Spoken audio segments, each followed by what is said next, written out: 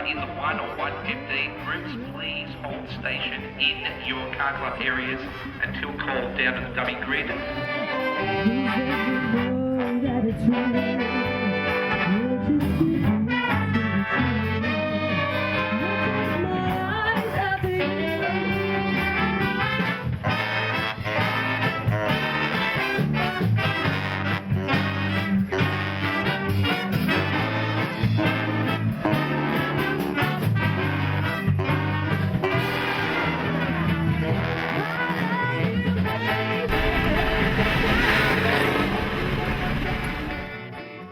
It's a 1951 Studebaker Starlight Coupe Champion, side valve 6.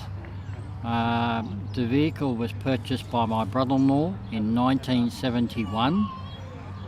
It was a road-going car at that time. He paid $100 for it, and it was going to be his daily driver. Then they decided to move up to the Central Coast, and it was at a place called Tumbiumbi. And unfortunately, my brother-in-law was going out fishing one morning with his mate, and they were driving along the road, and all of a sudden, pedal to the metal, no brakes. And he speared off and landed in a culvert, smashed the front up. Well, he took the vehicle home, mate towed him home. They put it up and they rebuilt the front end of the car, stiffened it all up, totally rebuilt it. Well, it sat in the garage for 12 months, and my brother-in-law said, well, we're moving to a new home, and we're going to put all the cars. We've got the Packard, the Graham, and the Studi, and the Prefect. Where are we going to put the car? Plus the A to B car. So they talked it over with my father, and I said to my father, would Steve like the Studebaker? And of course, oh yeah, no worries, I'll have it. So in 1973, it was towed down by a little yellow Studebaker on the car trailer and put on the driveway. And then it was up to Dad and myself and my brother-in-law and his mates helped me get it up into the shed.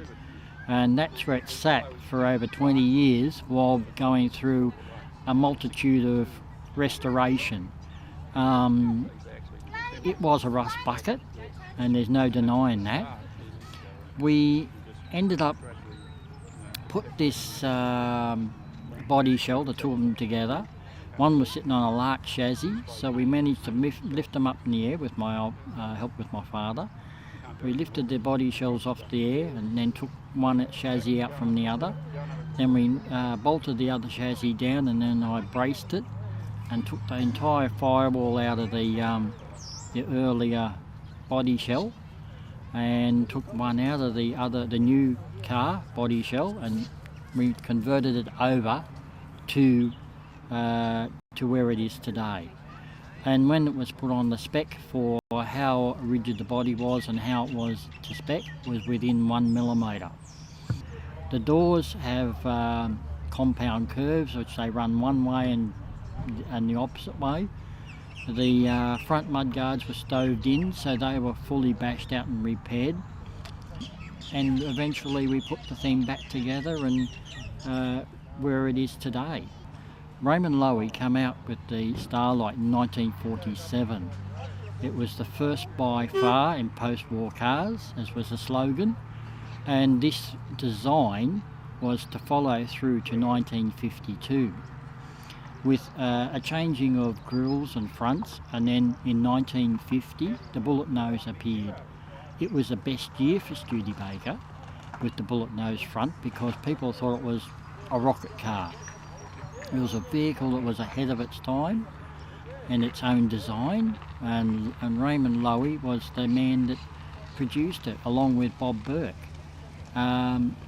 they were the designers at that time, and they were probably the leading designers of that time for that particular model car.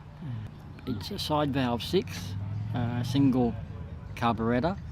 It runs a 3-speed transmission with overdrive and a Dana type diff.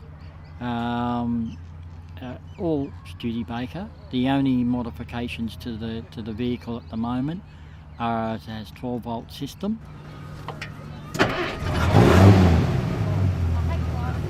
That's what you like to see.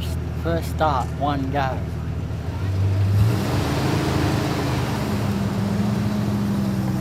Here's the tube.